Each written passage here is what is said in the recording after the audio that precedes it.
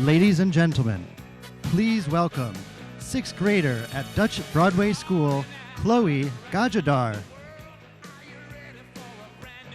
And please welcome the principal at Dutch Broadway School, Mrs. Cynthia Kasim. And now, please give a warm welcome to the 57th governor of the great state of New York, Governor Kathy Hochul.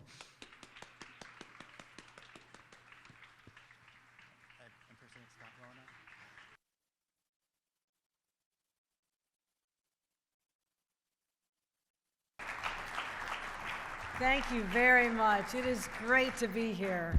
Oh, I had the most interesting conversations with some children that were just heading out, telling me all about how they're planting lima beans, and someday I'm going to come back and we're going to cook them up and eat them, and it was great. So thank you for letting me be with real people, the little kids, and I just want to thank everyone who welcomed me here to this beautiful place, a place of learning, a place of love, place of caring, and it's an honor to be here.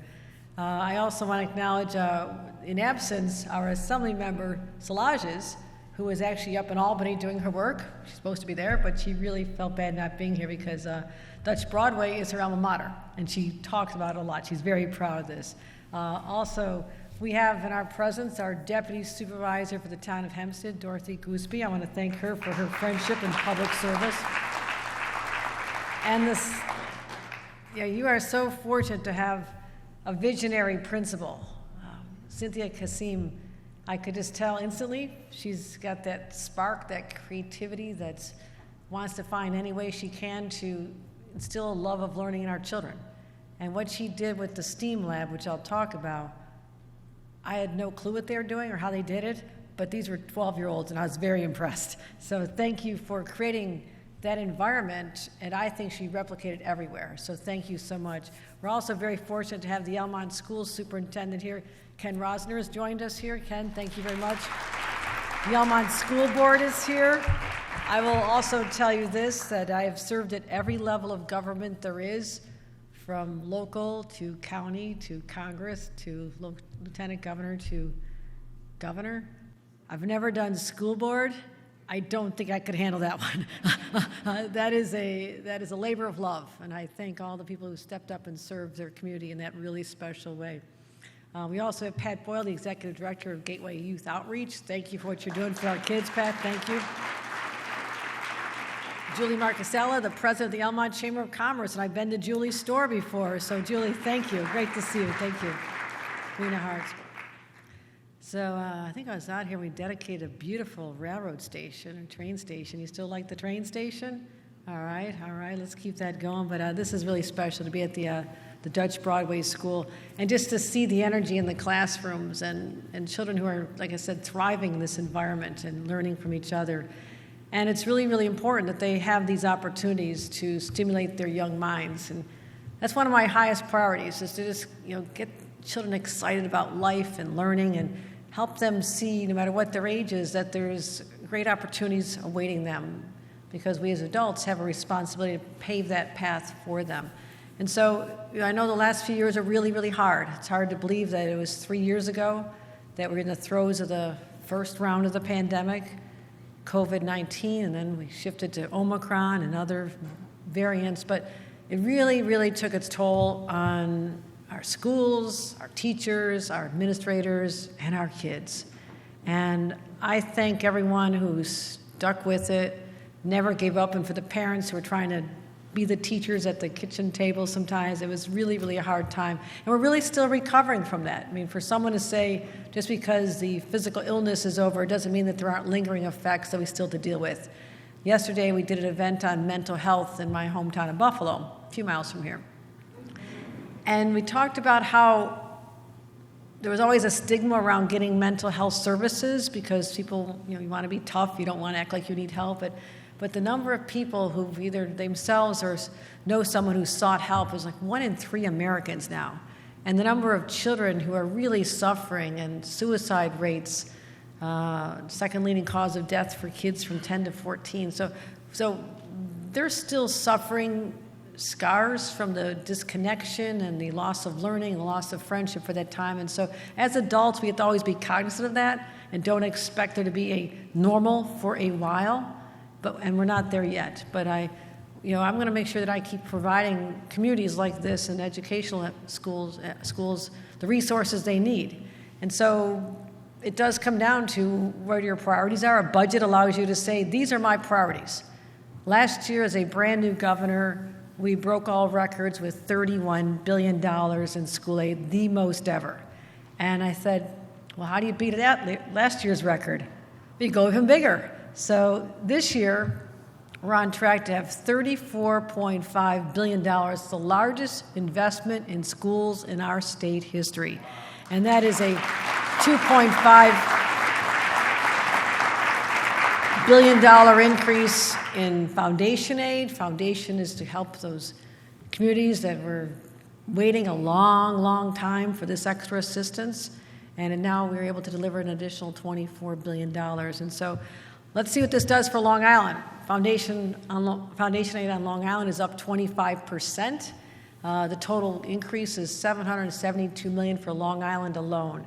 And the total, overall, that's just the increase, the total of investment in education for Long Island is nearly $5 billion, $4.8 billion, the highest school aid ever.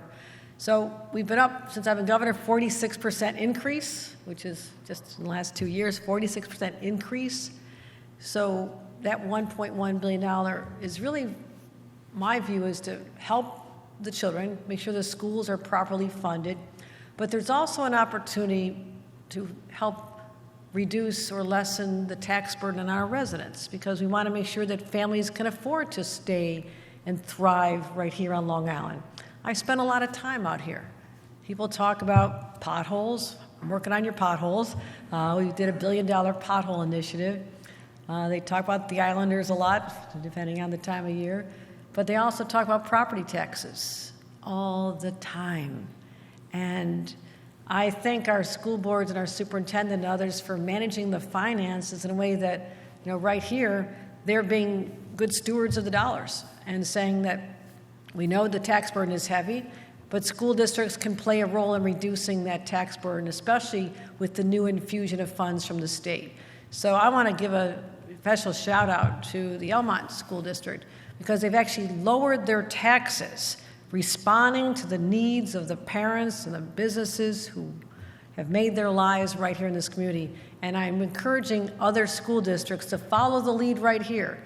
Do what you need to do to help our kids, take care of our teachers and all the programs, but we have such an enormous amount of money coming to our school districts. I'm saying, please use that to find a way to help reduce that burden on our taxpayers as well, so they remain our taxpayers, and their kids someday can raise their own families in the same community they went to school themselves. So that's important. I know a lot of Long Islanders want to hear that. They want to hear more of it, but let's talk about a few things that are in our state budget, the 2024 budget. And I want to make sure we're supporting our kids at every single age. Let's start with the youngest ones, the pre-kindergartners. And I know that you have a full-day preschool, universal pre-K. I commend you for that. That is really, really important. I was out in West Hempstead last year talking about our infusion of money. We've added more money, another $150 million to fully fund these programs. And right now, across the state, we have 96% of eligible preschoolers covered. I won't rest until it's 100%, but look how far we've come from an ideal to have universal pre-K to really almost achieving it in its entirety. So that is incredible progress. Also, I'm very cognizant of the cost of living on young families. Not that I have a young family anymore, but I have a grandbaby. And I know that the cost of diapers and formula and the fact that they're outgrowing their clothes every 5 minutes, it seems, and all the little toys you have to get them. So it's really expensive. And we had a tax credit for families with children that were 5 and up. But there was nothing for families with infants to age 4. And we looked at that in our budget. Said, yes, it's going to cost money, but why don't we just give an extra hand up for our families with the young kids? And so we are going to continue lightening the burden any way we can. Also, I think about kids who are in schools. Sometimes we're not always sure what's going on at home, but they're not getting a good meal when they leave first thing in the morning. And they may not get a good meal when they get home at the end of the day. And little tummies growling. Even if adults are at work, they're hungry. They're not as productive. They're not paying attention. So basically making sure that our kids are well fed throughout the day with breakfast and lunch is so important just for their own development. So I just want to make sure that we invest in the free school lunch program. This year we put $134 million to expand it. With this funding, we'll have 90% of New York State children eligible and be able to receive free lunches and breakfast every single day in their schools. So we're excited about that as well. And I want to make sure that we're also talking about how we get kids ready for careers. And what I just saw in the STEAM lab, and again, your principal is amazing. These kids, Chloe was one of them, they were so excited to show me. Raise your hands, STEAM kids. All right, STEAM club. Wow. Were you having fun in there? Every one of you was so enthusiastic when you described to me something that I have no idea how you did. They've programmed little Legos. Now, when I play with Legos, okay, a couple little buildings and maybe a little barn over here for a little pretend horse. They're building these vehicles that are able to use solar power to power different buildings. And I was like, how do they know how to do that? I was so impressed. And flying a drone right in a classroom.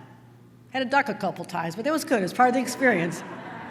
And using coding to use 3D printing and creating a spaceship to Mars, a model of a spaceship to Mars. I mean, that was amazing. That was fun to watch you do that, honey. And one on the ground, I wasn't quite sure how you made that happen, but you're able to program this little ball to go around and knock over little pins on the ground. So I just saw the energy in that room as these children are learning how to solve complex problems, use their minds, think about math in a different way. And really, my eyes just opened to the reality that they are ready for the jobs of today and tomorrow, because we are moving so quickly. This whole artificial intelligence revolution, what does that look like? And we're at the beginning of this. And it's going to be a very different world when they do graduate from school, all of you. And we have to prepare you to be able to accept those challenges by strengthening your mind and your capacity to learn now. And that's why I'm so excited. And we're also investing, when you're a little bit older, in what we call the Smart Scholars Early College High School program. I don't know who comes up with these really long names. I just make it a little bit shorter.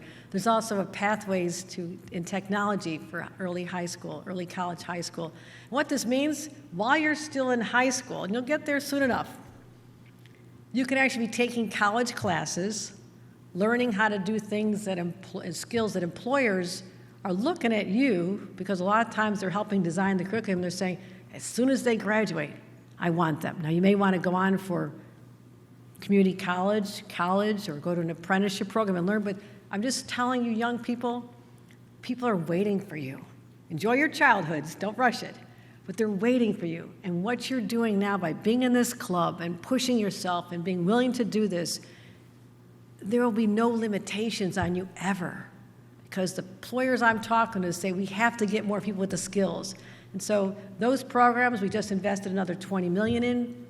It's going to help you find great jobs. We're trying to invest more money into the careers that are coming. Semiconductors, you know what a semiconductor is?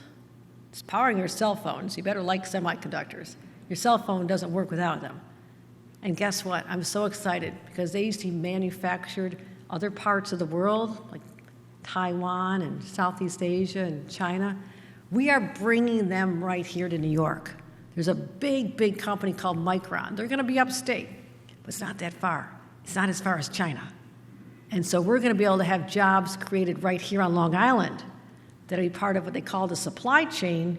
So I'm telling you, as they build out these fab facilities over the next 20 years, they're going to be begging for workers like all of you. So they're investing $100 billion. That is the largest private sector investment in America, right here in New York, right here in New York.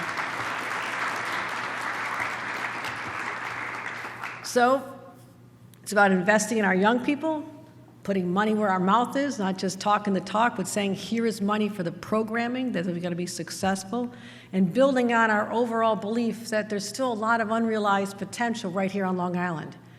That's why last year, working with the state legislature, your representatives here, we set aside $350 million just for Long Island. We call it the Long Island Innovation Fund, to really be a catalyst for opportunities for new jobs and working in our advanced manufacturing and life sciences, offshore wind. My gosh, there's going to be incredible jobs in the clean energy future. We shift to renewables. So there's so much going on here in Long Island.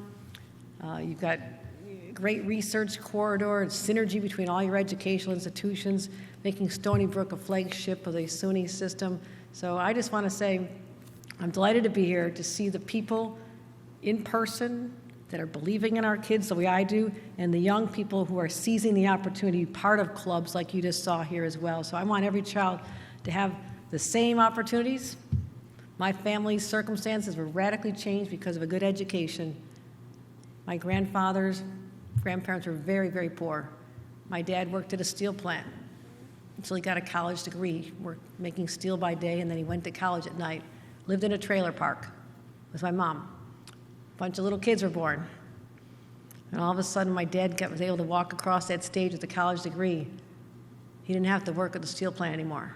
He could get a different kind of job. Our family was lifted into the middle class because of a good education. I'm a product of public schools. My kids went to public schools. I believe in public education. So I believe, looking out here at these young people, our kids, our futures are in great hands. And with that, I believe there's going to be an introduction of our principal coming up, and let that happen. But I want to thank her for her faith in this institution, her faith in our children, and her faith in making a brighter future for all. Thank you very much, Principal Hassim. Please welcome to the podium Mrs. Cynthia Kassim.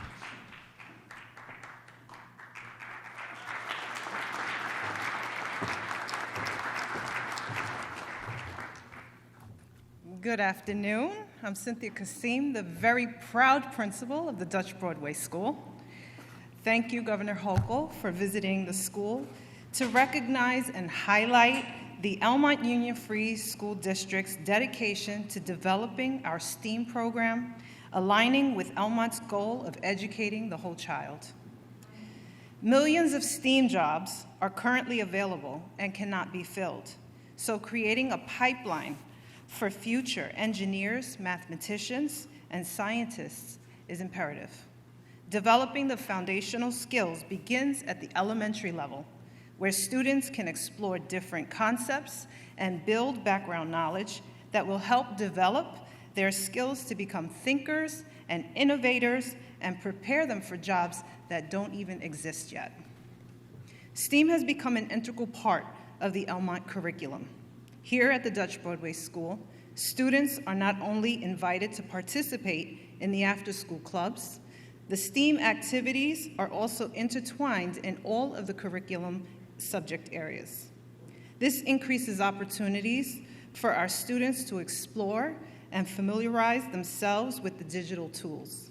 As a result, my students have tapped into their engineering skills and created some of the designs you were able to see in the STEAM lab. Thank you, Governor Hochul, for fully funding foundation aid that helps to continue these robust programs while easing the tax burden on the Elmont community.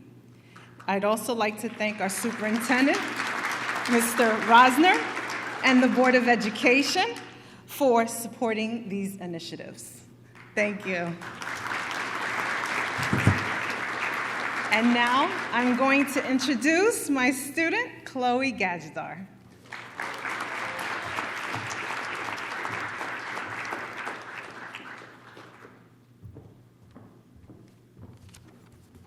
Good afternoon, members of the Governor's Office and the Elmont Union Free School District team. My name is Chloe Gajdar. I am a 6th grader looking forward to moving to middle school.